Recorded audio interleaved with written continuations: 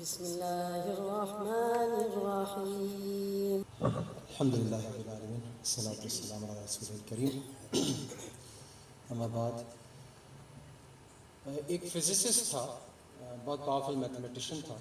تو اس نے دنیا میں مختلف چیزوں پہ غور کیا، پلانٹری موشنز پہ، مالیکولر موشنز پہ، اور ان سب کو انالائز کرنے کے بعد اس نے اپنی کتاب کے آخر میں کنکلوژن دیا.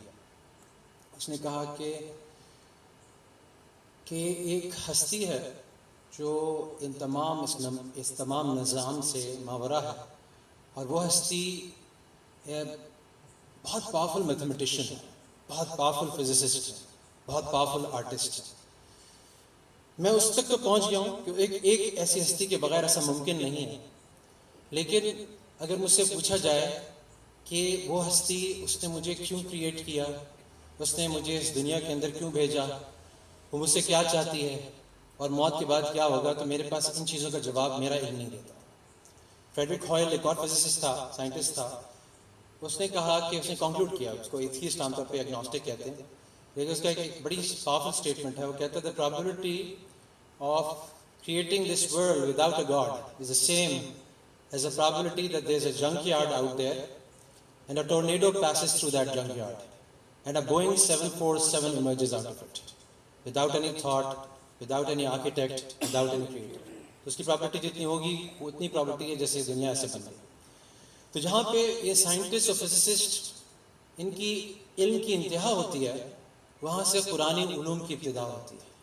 جہاں پہ وہ جس سوال پہ جا کے رک جاتے ہیں اور ان کے بریلینٹ مائنڈز اس کے آگے نہیں سوچ سکتے، وہ نہیں بتا سکتے کہ خدا کون ہے، اس کا تعارف کیا ہے، وہ چاہتا کیا ہے، اسے دنیا میں بھیجا کیوں ہے، واپس کس چیز کے لیے جانا ہے، اور اس نے کس مقصد سے اس دنیا کو تخلیق کیا ہے. وہ چیز جو ہے وہ صرف اور صرف ہمیں وحی کے ذریعے، وحی کے آخری ایڈیشن یعنی قرآن کریم کے ذریعے سمجھ سکتے ہیں. وہ ہماری ایسی پاورفل سورس ہے کہ جس سے جب ہم سٹارٹ کرتے ہیں تو تمام دوسری قومیں ہیں ان سے ہمیں سٹارٹ کے اندر ہی ایک انفیئر ایڈوانٹیج ہوتا ہے. ہمارے پاس وہ سارے علوم ہمیں پہلے سے مہیا ہو جاتے ہیں جس پہ وہ بڑی تک و دو کے بعد پہنچتے ہیں. ایک مجھے یاد ہے بچپن میں ریڈرز ڈائجسٹ میں ایک کوٹیبل کوٹس میں ایک چیز پڑھی، when the science would complete its upward journey on the mountain of knowledge it would find religion already sitting there.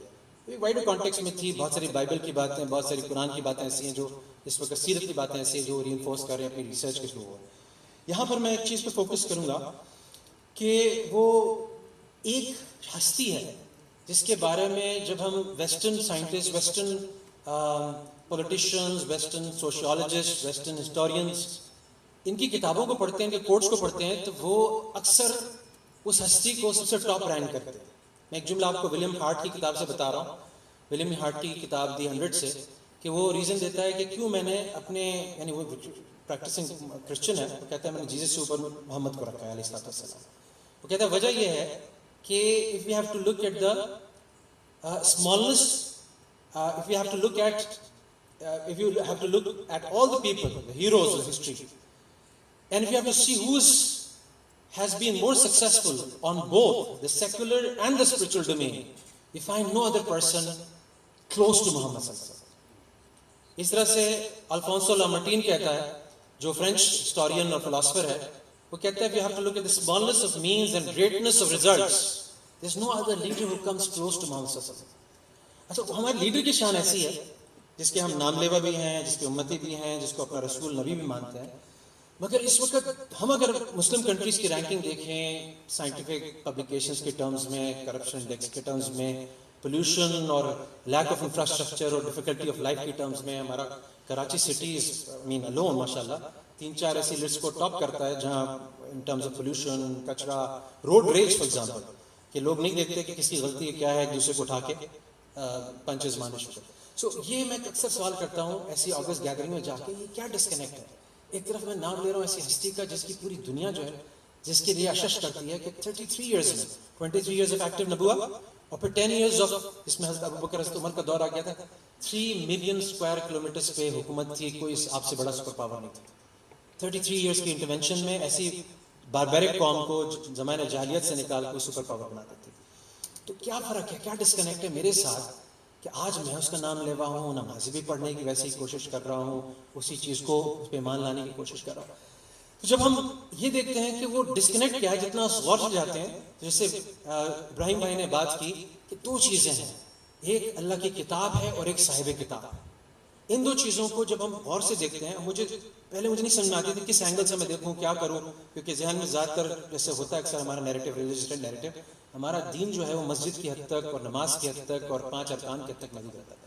لیکن جب ہم اسے ایکسٹریکٹ کرتے ہیں قرآن اور سیرت سے، سنت سے، کہ وہ کیا چیزیں تھیں. مثال کے طور پر میرا لیڈرشپ ایریا ہے، سو میں ابھی بات کر رہا تھا عارف بھائی سے بھی، اسامہ سے بھی، کہ میرے نزدیک اب پوری ایک ورک شاپس کی سیریز تیار کی جا سکتی ہے ینگسٹرز کے لیے بھی، ایڈلٹس کے لیے بھی، جہاں پہ ان کو پرسنل لیول پہ، ٹیم لیول پہ، فیملی لیول پہ، آرگنائزیشن لیول پہ، سوسائٹی لیول پہ ان کو ٹرین کر سکتے ہیں، وہ ہیبٹس اڈاپٹ کروا سکتے ہیں جو پروسیس ہم چھوڑ کے گئے. اور اتنی مشکل نہیں ہے، اس سے فل ٹرن اراؤنڈ ہو سکتا ہے.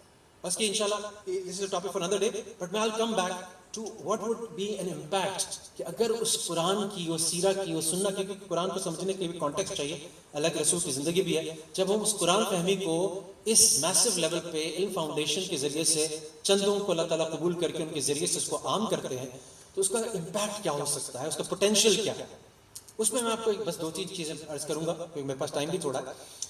تو یہ ایک بات یاد رکھیے گا کہ وہ بچہ جو بہت ایک ارلی سٹیج کے اندر ان سینٹرل فاؤنڈیشنل آئیڈیاز سے ہمکنار ہو گیا، اس کو انہوں نے پا لیا اور اس پہ اس نے اپنی زندگی بلڈ کرنا شروع کی، تو آگے چل کے اس کے بہت سارے بت جو میری ذہن میں، جب میں نے ایک سینٹ اسکول میں پڑھا، پھر ایک پارسی اسکول میں پڑھا، پھر میں نے کامرس کالج اور IBA پڑھا، تو جو کچھ وہاں کے بت تھے وہ اس کے ذہن میں آتے نہیں.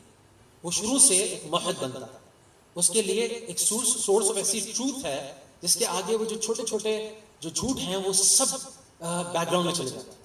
اور اس کی فاؤنڈیشن ایسی مضبوط توحید پہ، رسالت پہ، آخرت پہ ایسی مضبوط بنتی ہے کہ وہ ہی is able to take the right decisions from the beginning of his life.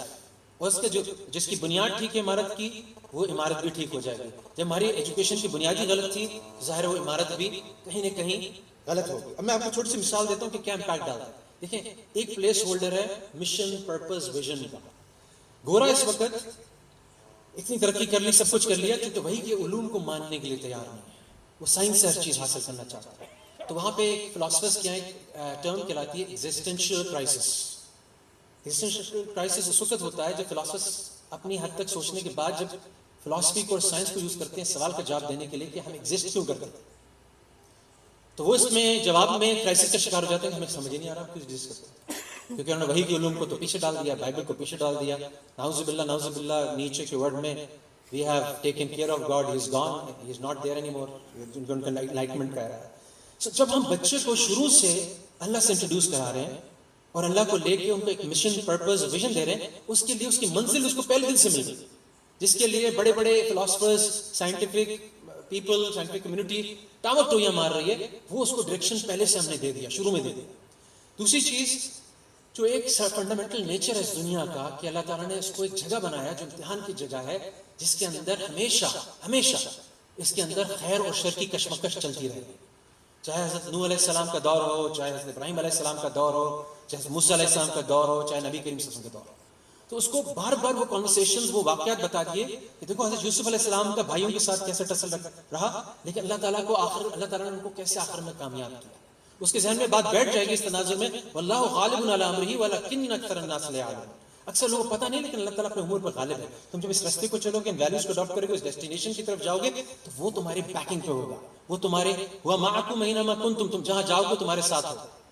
اور تیسری چیز کیا کہ اس کے اندر جیسے نبی کریم صلی اللہ علیہ وسلم نے جو گلوری ہمارے لیے ارن کی، اس امت کے لیے ارن کی، اپنے لیے ارن کی، اس گلوری کو ارن کرنے کے اندر حق و باطل کی کشمکش میں جو روزانہ چیلنجز پیش آتے تھے، تو اللہ تعالیٰ ان کو تسلی دیتے تھے، اللہ تعالیٰ ان کو دلاسا دیتے تھے، اللہ ان کو راستہ دکھاتے تھے، اللہ ان کی رہنمائی کرتے تھے.